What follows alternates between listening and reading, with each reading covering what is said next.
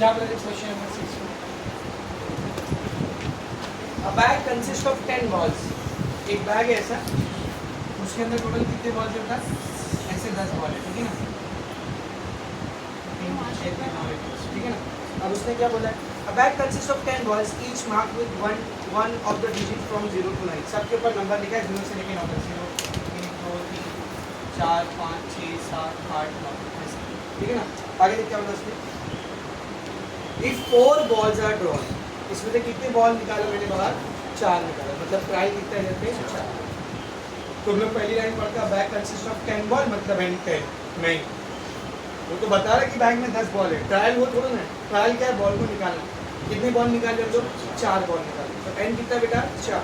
आगे बढ़ो. Successively with replacement from the bag, what is the probability that none is marked with the digit 0? तो इस बात की क्या प्रोबेबिलिटी जो निकाला गया बॉल है उसके ऊपर 0 नहीं है. यहाँ पर सक्सेस इसको मानेंगे बॉल के ऊपर 0, इसी को सक्सेस मानेंगे. ठीक है ना? क्योंकि मेन यहाँ पे बात उसी की है. तो बॉल पे 0 आने को हम लोग क्या मान लेंगे? सक्सेस. तो बोर्ड पर देखें. Let x number of success that is ball drawn is marked with 0. ये जो बॉल बाहर निकाला गया उसके ऊपर कौन सा मार्क है? 0. हम निकालते हैं probability of success.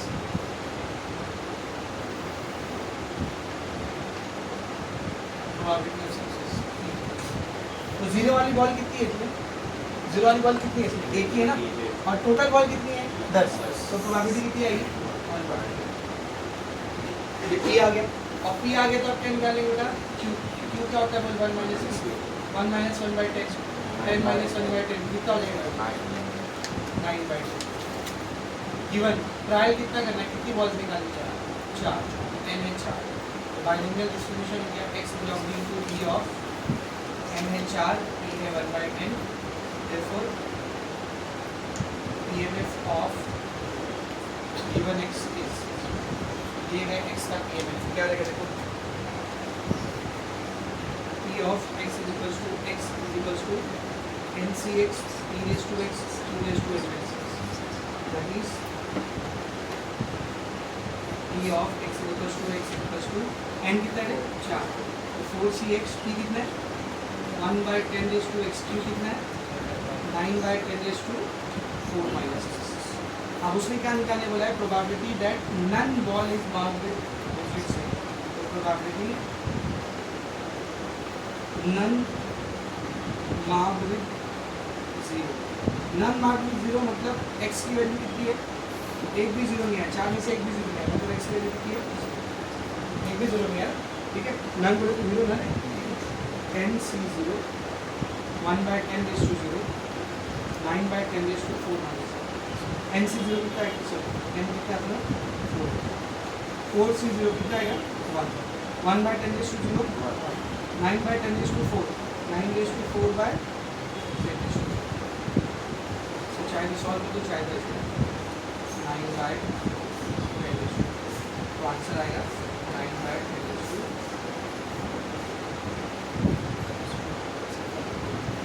Simple question है. ठीक है? ये हो गया आपका क्वेश्चन नंबर 6. नेक्स्ट क्वेश्चन देखो. Question number 7. क्या बोला देख क्वेश्चन नंबर 7? क्वेश्चन नंबर 7 में क्या बोला देखो? On a multiple choice examination, एक एमसीक्यू एग्जामिनेशन चल रहा है. मल्टीपल चॉइस मतलब MCQ. On a multiple choice examination with 3 possible answer. एक क्वेश्चन में कितने आंसर लिखे हुए हैं? 3. और जाहिर बात है तीनों में से एक सही है. With 3 possible answer for each of the 5 question. Total कितने क्वेश्चन अटेंड करने हैं? 5. ठीक है ना? What is the probability that a candidate would get 4 or more correct answer just by guessing? तो पांचों क्वेश्चन को सिर्फ गेस करके एक बच्चे को 4 या उससे ज़्यादा आंसर राइट आ जाए, इस चीज़ की क्या प्रोबेबिलिटी है वो अपने को निकालना है. अब मेरा आपसे क्वेश्चन है यहाँ पर सक्सेस किसको माना जाएगा? Right answer. Right answer guess करने को क्या माना जाएगा? सक्सेस माना जाएगा. है कि नहीं? एक्स क्या लिखोगे? Number of that is answer is correct. जो उसने आंसर करेक्ट किया है तो क्या है बेटा? करेक्ट. अच्छा हर क्वेश्चन में कितने आंसर है? 3. उसमें से करेक्ट कितना है? ए, तो प्रोबेबिलिटी क्या रहेगी 1/3। करेक्ट आंसर एक है, ऑप्शन 3 है, तो प्रोबेबिलिटी क्या आएगी 1/3, ठीक है ना। तो प्रोबेबिलिटी ऑफ सक्सेस क्या रहेगी,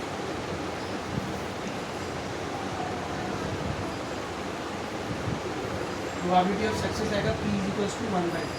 क्यों आया 1/3 समझना है बेटा, भाई 3 ऑप्शन है ना, A B C, तो n ऑफ s कितना आएगा 3, अब करेक्ट आंसर कितना रहेगा वो, करेक्ट आंसर रहने का नंबर रहेगा 1, तो प्रोबेबिलिटी क्या आएगी बेटा 1/3 में से एक से। तो P आ गया, P के बाद क्या निकालेंगे अपन Q, Q क्या हो जाएगा 1 - 1/3, 3 - 1/3 कितना हो जाएगा 2/3 गिवन है। ट्रायल कितने, ट्रायल कितने 5 है, कितने क्वेश्चन अटेम्प्ट करने होगा 5, तो ये सेम चीज़ कितनी बार ट्राई करना है आपको गेस करने का, 5 बार ट्राई करना है ना। तो ट्रायल कितना बेटा 5, therefore रैंडम वेरिएबल है b ऑफ n की वैल्यू 5, p का value 1/3, therefore PMF will be PMF of given x is p of x = nc x p raised to x 2 raised to n minus x, that is p of x = 5c x p है 1/3 raised to x, q है 2/3 raised to 5 minus x। अब probability किसकी निकालनी है कि वो जो बंदा गेस कर रहा है वो 4 या 4 से ज़्यादा आंसर वो क्या गेस कर रहा है, करेक्ट गेस कर रहा है, ठीक है ना। तो प्रोबेबिलिटी ऑफ 4 और मोर करेक्ट गेस, उसने जो गेस किया है वो 4 या 4 से ज़्यादा सही है, यानी कि कैसा लिखेंगे इसको, p ऑफ x का वैल्यू 4 या उससे ज़्यादा, 4 या उससे ज़्यादा है कितने टोटल क्वेश्चन 5, तो 4 या उससे ज़्यादा मतलब कौन बनाएगा p ऑफ x = 4 और p ऑफ x = दोनों में फॉर्मूला लगाते हैं 5c x कितना है इधर 4, 5c 4 1/3 raised to 4 2/3 raised to 5 minus 5 plus p of x = 5, 5c 5 1/3 raised to 5 2/3 raised to 5 minus 5c 4 कितना आएगा बोलो, 5c 4 कितना होगा 5, भाई 5c 4 लिखो या 5c 5 में से 4 गया 1, दोनों सेम ही रहेगा। अब 5c 1 क्या रहेगा बोलो, इधर 1 है तो जो ऊपर वही आंसर है ना, तो 5c 4 कितना आएगा वो 5, 5c 4 का वैल्यू आएगा 5 1/3 raised to 4, तो 1/3 raised to 4 2/3 raised to 5 minus 4 value आएगा, ठीक है ना, plus 5c 5 1/3 raised to 5 2/3 raised to 5 minus 5 कितना हो जाएगा 5 को ऐसे रख दो 1/3 raised to 4 2/3 raised to 1 मतलब 2/3 raised to 1 प्लस 1 ऐसे रहेगा 1/3 raised to 5 into anything raised to 0 1, तो ये हो जाएगा बेटा 5 into 2 10 हो गया 3 raised to 4 plus 1 5 plus 1/3 raised to 5, दोनों के अपॉन में 3 raised to 5 कॉमन 10 प्लस 8 10 और 1 कितना हो जाएगा 11 3 raised to 5 3 को 5 बार मल्टीप्लाई करो 3 क्या 9 9 किया 27 27 किया 81 81 को 3 से मल्टीप्लाई करेंगे 343 को 81 तो उसको 4 या उससे ज़्यादा करेक्ट आंसर आएगा, इसकी ये प्रोबेबिलिटी 11/240 4% के आसपास कुछ है। आगे देखिए नेक्स्ट क्वेश्चन, क्वेश्चन नंबर कितना है 8, जो क्या बोला क्वेश्चन नंबर 8 में, a person buys a lottery ticket in 50 lotteries, एक आदमी ने लॉटरी का टिकट खरीदा कितनी बार 50, तो ट्रायल कितना है 50 ट्रायल 50 बार लॉटरी खरीदा ना, तो ट्रायल कितना है 50। A person buys a lottery ticket in 50 lotteries, in each of which chance of winning a prize is 1/100, जीतने का परसेंटेज कितना है, जीतने का चांस कितना है 1/100, ठीक है ना। Find the probability that he will win a prize, तो प्राइज जीतेगा इसकी प्रोबेबिलिटी निकालो, पहला एटलीस्ट वंस, दूसरा एग्जैक्टली वंस, तीसरा एटलीस्ट वंस, सही ना, तो इधर सक्सेस इसको मानेंगे वो लॉटरी जीत गए, ठीक है ना। तो एक्स क्या रहेगा number of success, that is person wins lottery, आदमी लॉटरी, ठीक है ना। तो प्रोबेबिलिटी ऑफ सक्सेस क्या आएगा?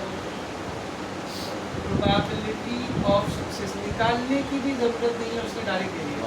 जीतने का चांस कितना है? 1/100 है ना, जीतने की प्रोबेबिलिटी है 1/100। ये क्वेश्चन में गिवन है। क्यों कितना आएगा बोल? 1 - 1/100, 100 - 1/100 कितना हो जाएगा? 99/100 गिवन। ट्रायल कितने कर रहा है बेटा वो? कितनी बार लॉटरी करना है? 50 ट्रायल ले रहा है। बाइनोमियल क्या रहेगा फिर? x belong to binomial n है 50, p है 1/। कभी कभी माने क्वेश्चन डायरेक्ट यहाँ से शुरू करना है, थोड़ा binomial distribution based probability of so and so दिखा दो, ऐसा दिया रहेगा। मतलब ये क्या है? n, ये क्या है? p। q कैसे निकालेंगे? 1 कर लेंगे ना ऐसा क्वेश्चन, तो और आसान है, कुछ पढ़ के समझने की जरूरत नहीं, डायरेक्ट बाइनोमियल डिस्ट्रीब्यूशन है, इतना करके दे दिया आपको, समझ में आ रहा अच्छे से, ठीक है। अब देखेंगे यहाँ पर, देखो EMF of A1x is E of x equals to x and Cx e raised to x 2 raised to n minus x, सही ना? That is E of x equals to x and कितना इधर 50 Cx 1/100 raised to x 99/100 raised to 50 minus x। This is the EMF। अब पहला वाला क्या निकालना है? देखो he wins at least once, wins at least once, यानी कम से कम एक लॉटरी तो जीता है। तो कम से कम एक मतलब एक या उससे ज्यादा, कम से कम एक ना, यानी कम से कम एक तो जीतना ही है, उससे ज्यादा रहेगा तो भी चलेगा। तो कम से कम एक का मतलब क्या है? P of x एक या उससे ज्यादा। अब एक या उससे ज्यादा में कौन आएगा? एक आएगा, 2 3 4 कहाँ तक आएगा? 50 करते बैठेंगे, 50 तक करते बैठे, अच्छी बात है, 3 घंटे में क्वेश्चन हो जाएगा। तो कैसा करेंगे इसको? ट्रिक से क्या आएगा बोल? 1 - Cx 1 greater than equal to को हटाओ उसको, 1 - P 1 से छोटा नंबर कौन सा रहेगा? सिर्फ 0 ना, अब बस एक निकाल लो। 1 - x यहाँ पर 0 रख दो, 50C0 1/100 raised to 0 99/100 raised to 50 minus 0 कितना हो जाएगा? कितना हो जाएगा बेटा? 1 ऐसी रहेगा, 1 ऐसी रहेगा। 50C0 कितना है? 50C0 1 आएगा, 0 ना नीचे, 50C0 1 1/100 raised to 0 1 99/100 50 minus 0 50 आएगा, 99/100 raised to 50। So the answer is 1 minus 99/100 raised to 50। ये पहला आंसर। दूसरे में क्या पूछा? दूसरे में क्या पूछा? Probability that he wins exactly once, यानी 50 में से उसी को सिर्फ कितनी बार जीता है? एक बार। Exactly once मतलब सिर्फ एक बार जीता है, यानी P of x equals to 1। 50C1 1/100 raised to 1 99/100 raised to 50 minus 1। जिधर x था उधर 1 सॉल्व करेंगे इसको। 50C1 कितना है? 50 1/100 raised to 1 1/100 99/100 raised to 50 minus 1 50 minus 1 कितना आएगा? यहाँ पे भी 49 आएगा और यहाँ पे भी 49। तो कितना हो जाएगा? देखो 50 को ऐसे लिख दो, 99 raised to 49 divided by 100 raised to 49 100 raised to 1 कितना आएगा? 100 raised to 50। ये दूसरे का आंसर। तीसरे में क्या बोला है?